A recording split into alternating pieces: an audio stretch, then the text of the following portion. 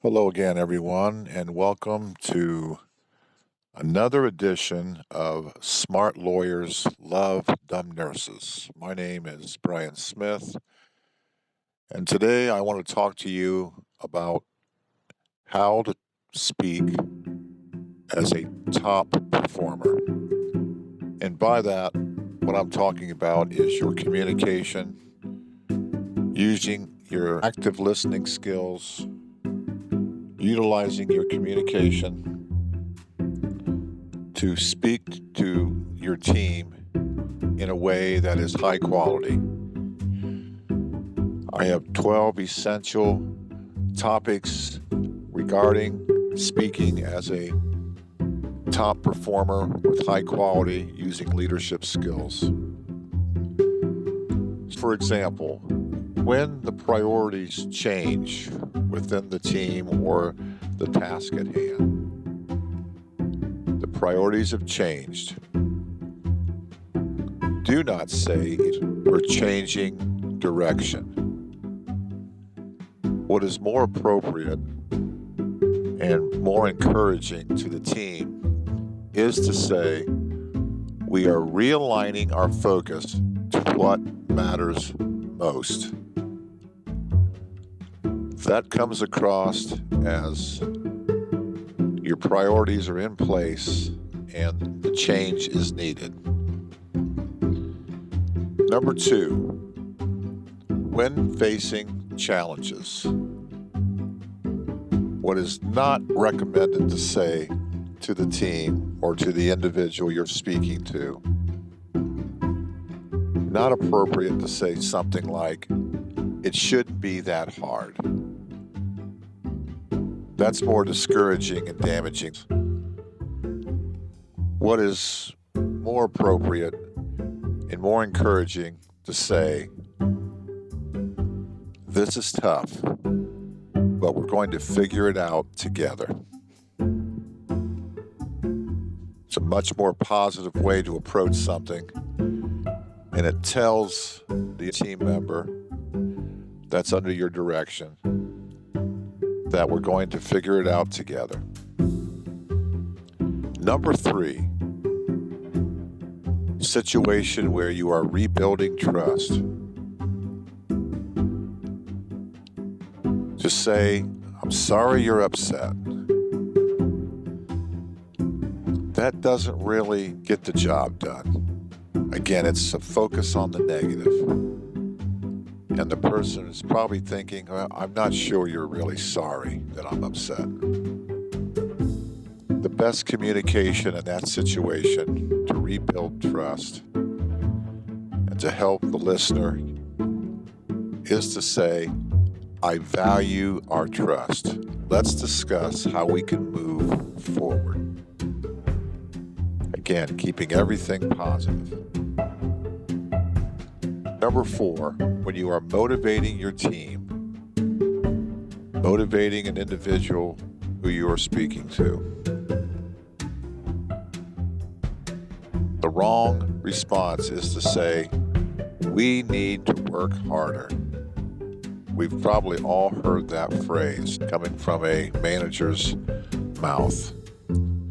What is better to say is, "We can do this. Here's how today's work impacts our goals." Again, we are focusing on the positive. Nothing that's going to be said that is discouraging and even a little toxic. By saying we need to work harder, that's implying pretty strongly that the team or the individual is not working hard. And to me, a slap in the face. But say it this way: we can do this. Here's how today's work directly impacts our goals.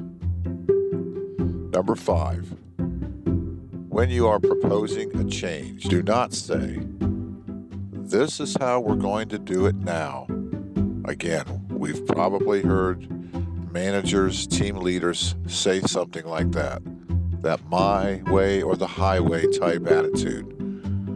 When proposing a change, it is best to say something like, "This will help us achieve our goals faster." Number 6, when you want to encourage initiative, do not say, "You need to take ownership." That doesn't sound very promising or helpful, and it certainly doesn't help people's wellness. What is better to say to encourage initiative is, "What approach would you like to take to lead this effort?" Ask them their opinion. Give them a chance to respond, and keep it again in a positive attitude. Number 7, when you are attempting to strengthen team accountability, it is never positive or beneficial for the leader to say, "This is on you." What is better is to say, "Your role is essential to driving this result." That will help that individual or that team accept accountability.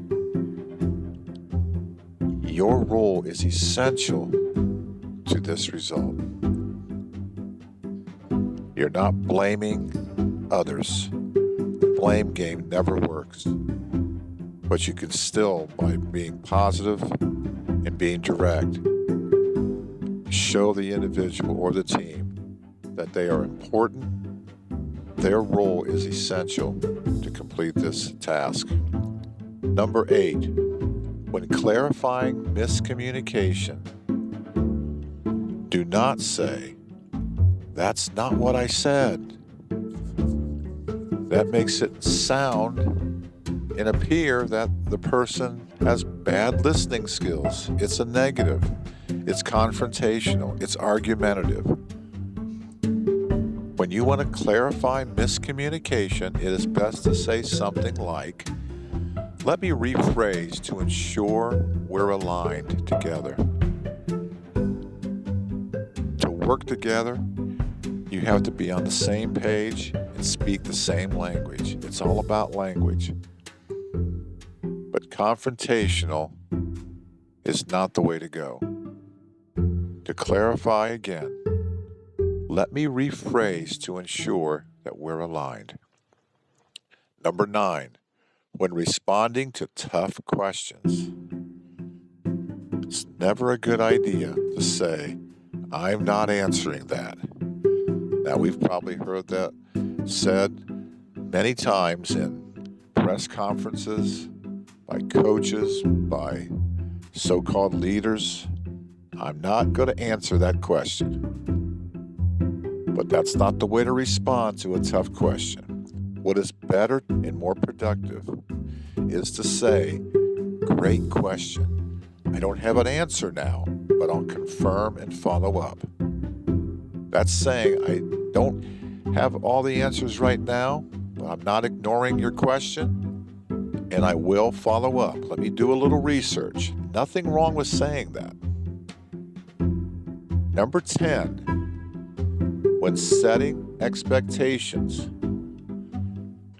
it's never productive to say, "Just get it done."